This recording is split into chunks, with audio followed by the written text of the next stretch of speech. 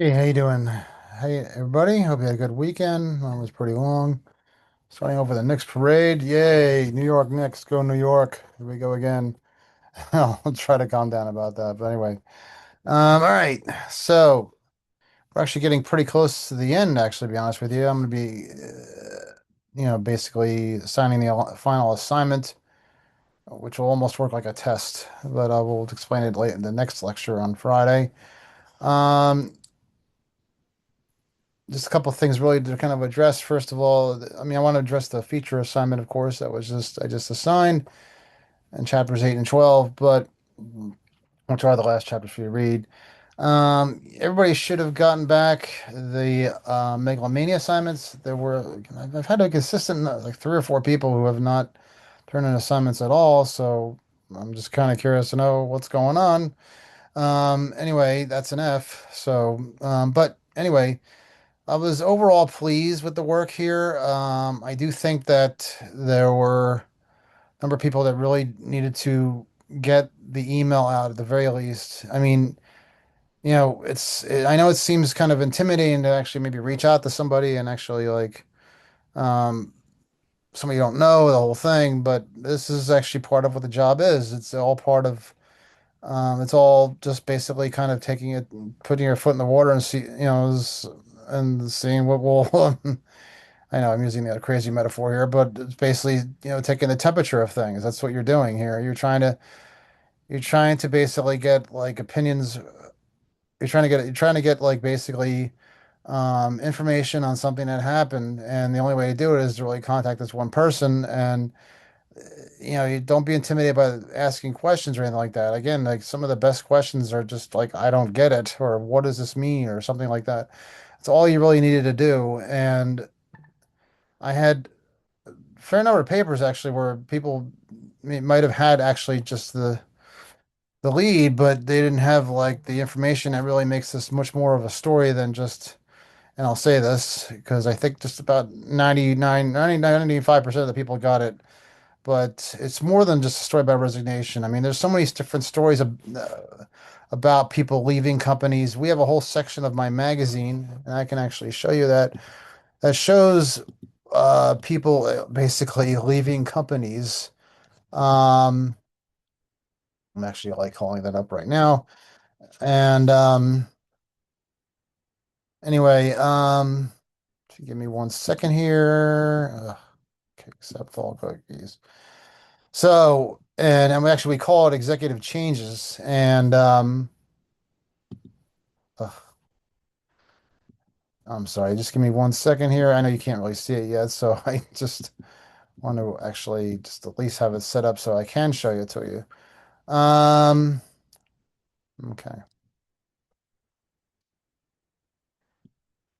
Okay. So let's just see here. Okay, I'm sorry. All right. So those sorts of things happen all the time, but the question is like what, any kind of like it's not a crime necessarily committed, although he did actually, but Bronson did something that basically was egregious, and that needs to be in there, and that needs to be high up, if not in the lead. But if not in the lead, maybe the second or third paragraph. He did stuff that went beyond the pale. Okay. Um, so let's take a look at some of the things that actually you really should be looking at here. Okay. Share the screen. What I was going to show you here was actually, again, this is actually, we call this executive changes. This is a section that, sorry, that essentially, as you can see, Aon promotes North America CEO, blah, blah, blah. This is about insurance, changes in insurance companies. And they show pictures and they show people like basically leaving. And then maybe they're not leaving on good terms or something like that. But, there's nothing really beyond that, you know. It says that Aon named Lori Gulterman as, I think that's how this says, yes, vice chair and appointed Ann Carolla to succeed her as North America Chief Executive Officer. Okay.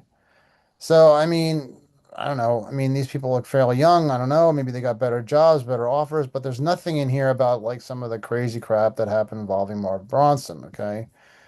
Um, that's why it's so important. And you really needed to reach out to me if you didn't get this information, but it was so important to basically get this expense sheet. Um, and to really kind of look at the stuff that's in here, okay? And even to like not just like identify some of the stuff that's in here, and you could see some of the stuff that's in here, but basically some of the dollar figures that are associated with it. I mean, I know there's like a ton of money for Justin Bieber and everything, but look at this one. I mean, the kind of stuff that's in here is maybe this is stuff that goes on. And I've heard people say that before. Well, that happens all the time with CEOs. Well, maybe, yeah, true, but maybe it's like time to expose it on some level. Um, some of this stuff right here. I mean, this is all stuff that needs to be in the story, okay? And it makes it a much bigger story you know, than something like this. If Lori Goldterman had engaged in that behavior, this would not be shoved in this section, this little red section of the magazine. It would be on the front cover, okay? So yeah, so that's what you got to keep in mind there. And I realize I'm probably giving away stuff there, but I mean, like I said, I'm fairly safe. I mean, I also kind of like want people to make sure they're paying attention to, these, oops, I'm sorry. Oh, you should be looking at that. Oh, good. Okay. Yeah. Okay. Ugh. Yeah. Okay. Goodbye. All right. So anyway, I also want to make sure that people actually, um, are actually like listening to what I'm saying and everything else. So, all right. So, let's get that in. There's a rewrite that's due. You do have another chance to get in touch with Bill, okay? But I always get people saying they didn't get Bill to get back to them, and that's quite possible. It didn't happen. But, I also get people who say, like, well, admittedly, I sent an email once and maybe follow up with it, follow up. And that's all part of what reporting is about. So maybe follow up and see what he has to say, okay? Maybe one email won't do enough. Sometimes you gotta like actually like send out the question a couple of times to get the people to respond. That's also part of reporting is to be ambitious, to show initiative, that sort of thing. Okay. I'm sorry. Yes, I know all sorts of stuff is here. So anyway, all right. So I want to show you a little bit of stuff, not dwell on things here, but this is actually the chapters 8 and 12 that are associated with the feature story. Okay. Um, And again, it's really about the top of the story that's really like different than anything, okay? Um, and chapter 8 actually deals with essentially alternative leads. So that means basically like leads that are different than the ones that we've been doing, which I discussed the other day. Leads that are not just basically like straightforward with the news and that's it. It's also about just basically maybe taking a different approach because again, the audience is slightly different. You always have to be kind of conscious of the audience in your news stories, okay? And again, typical news reader is like pretty widespread. It's people of all types, the whole thing. People just want information. But the typical reader is the person who just wants the news fast, quick, and easy. But there is a kind of almost like a subsection of that audience that wants to actually sit down and read it slow. And that's the reader who wants to be engaged, who wants to be hooked into the story to the point where actually maybe they'll actually read the whole damn thing, okay? They show you, and then it all starts with the lead again. Like it shows here, both journalists take careful and copious notes, basically covering this city council meeting involving a mayor who faces a $6.7 million deficit. And sometimes you get this. Sometimes like when you have back in the day, you would have like the smaller papers that would cover the local town news, and they would write the straight lead. But then like the bigger papers would come in because maybe there'd be some sort of trending story and they would come in and they would write a story that wouldn't necessarily go for the next day, but maybe would take like a more creative, slower, more engaging approach to it. Okay. So here's the difference right here. Here's the fast lead, fast traditional news lead. City officials Wednesday night debated the possibility of a tax increase to raise a $6.7 million deficit. Okay.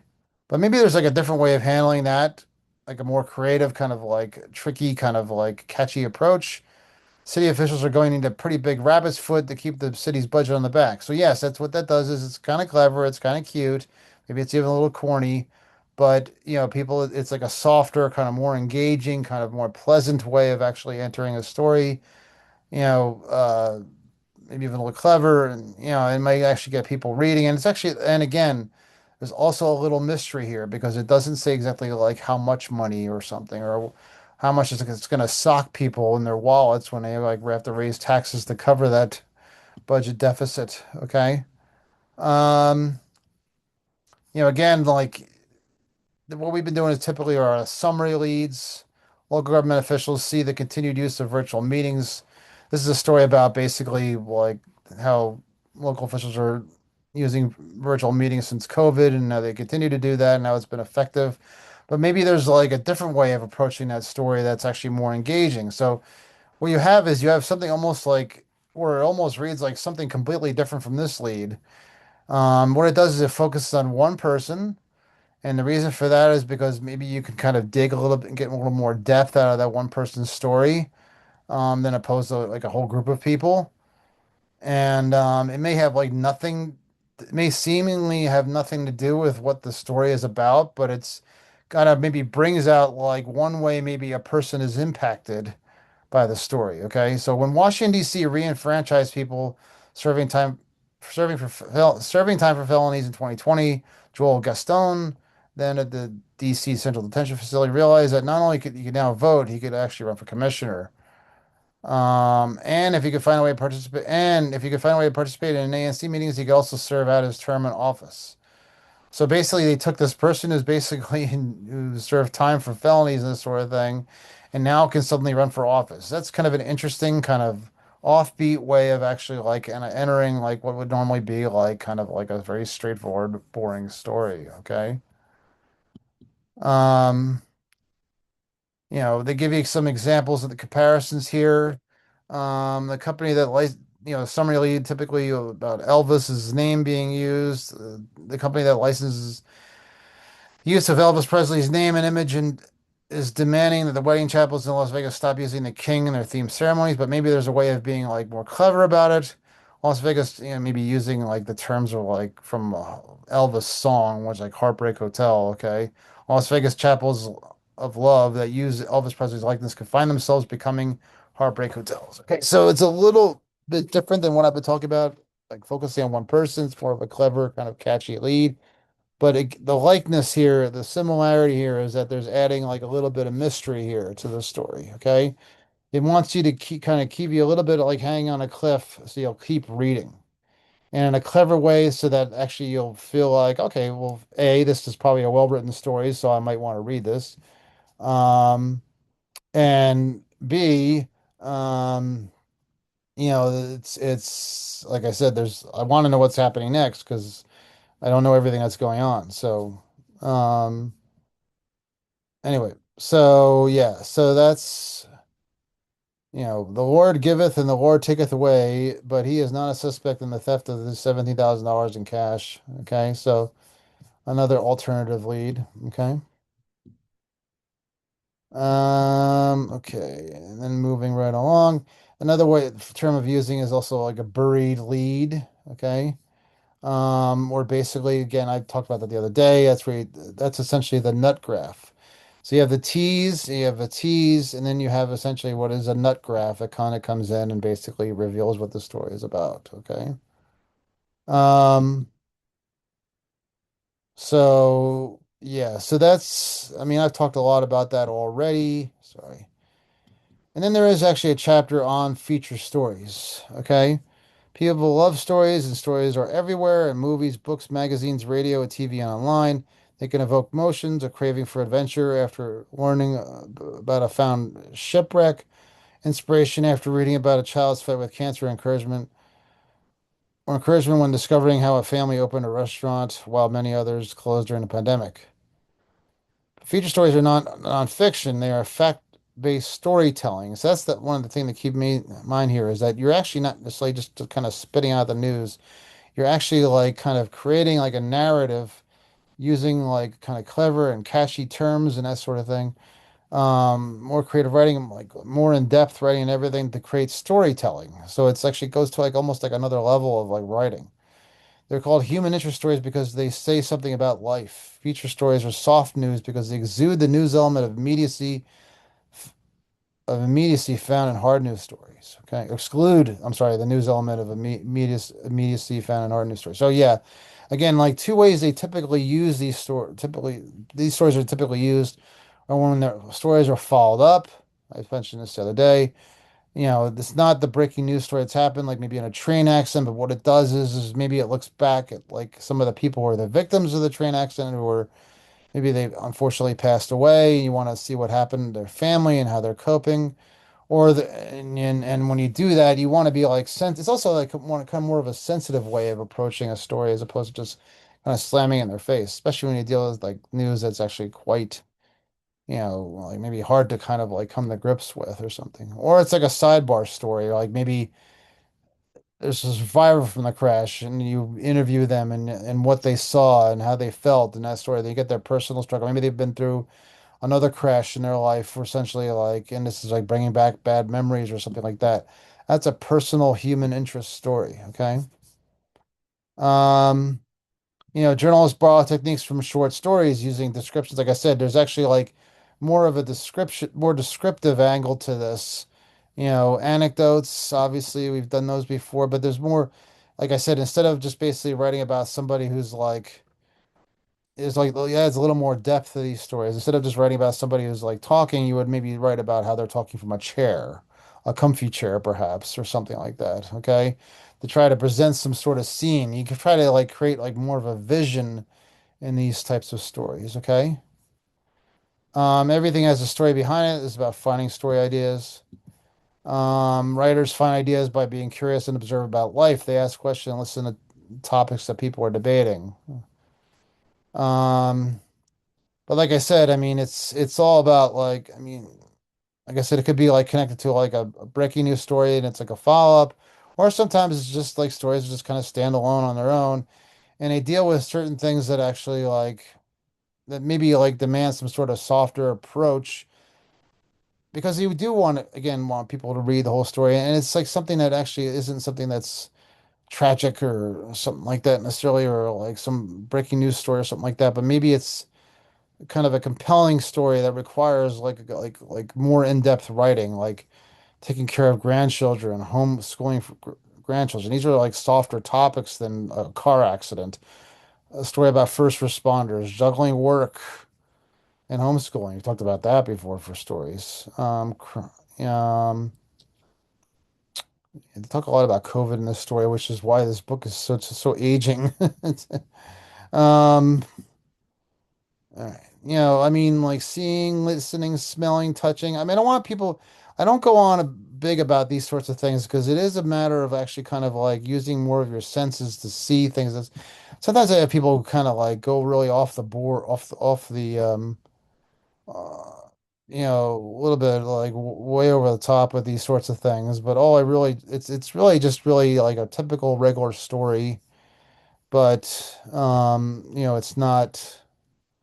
But it's just has, like I said, a little more depth, a little more description and that sort of thing. So, we've talked about the leads. A lot of times, that first story we did about writing about another person, typically a profile actually would probably be written more like a feature story because it's a softer story. It's not, when we write a story about a person, it's actually typically not tragic or heart-wrenching or, well, that's, I should say, not, it could be heart-wrenching, but it's not like breaking news or something like that, or it's like hits you over the head. It's like typically is like news story that maybe actually like peps you up. It could be a story that brings you down.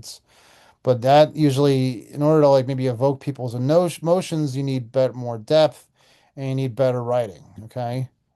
Um, all right. So that's that with that. I did not actually intend to have like very big, long lecture today. But I will have a longer lecture like on Friday to maybe basically talk about the um the final assignment. So let's please try to get these feature stories in. Let me know if you need any help. And also please let me know if you need any help. I don't think maybe enough people actually did reach out to me for help on the Megalomania story. So please do so, okay? And I can provide that, okay? Thanks very much, everybody, and I'll talk to you.